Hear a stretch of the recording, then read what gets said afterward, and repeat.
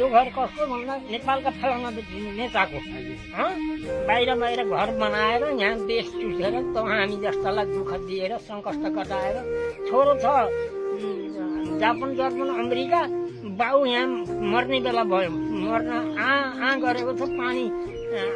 गर्दाखेरि पनि पानी मिल्दैन पानी खान पाएको छैन अब अन्नका त पुरै नगरौँ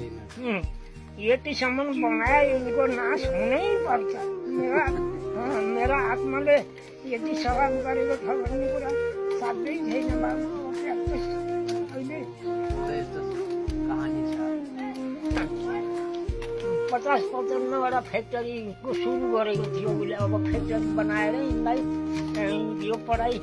एसएलसीसम्म पढे भने अनि नोकरी दिने यिनलाई काम देखाउने भनेर 50-55वटा फ्याक्ट्री खोलिसकेको थियो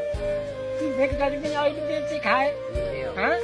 माकुराका जाल लागेका छन् ती फ्याक्ट्रीमा सके यिनका कुरा गर्छ यिनलाई त मुख हेर्ने पनि होइन देख्ने पनि होइन यिनको पाप लाग्छ श्राप लाग्छ